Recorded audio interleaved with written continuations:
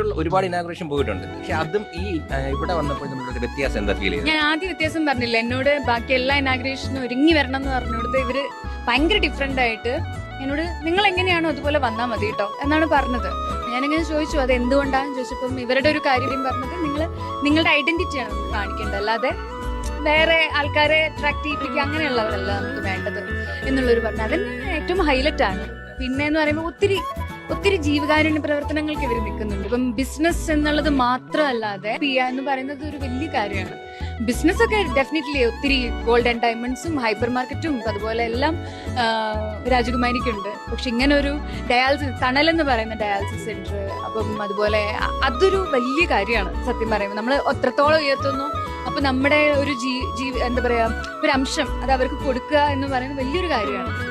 Showroom എങ്ങനെയുണ്ട്? അടിപൊളിയാണ്. എല്ലാം ഉണ്ട് സത്യം പറഞ്ഞു കഴിഞ്ഞാൽ. മെറ്റീരിയൽസും ഉണ്ട്, ഇതുണ്ട്. ഇപ്പൊ ദേ ഫുഡ്വെയർ ഷോറൂം തുടങ്ങി, അങ്ങനെ എല്ലാം തുടങ്ങിയിട്ടുണ്ട്. സോ അമ്മയായിട്ടാണ് വന്നത്. അതെ എനിക്കിപ്പോ ഒരു ഓണക്കോടി കിട്ടി, അമ്മയ്ക്ക് ചെരുപ്പ് കിട്ടി, എല്ലാം കിട്ടി.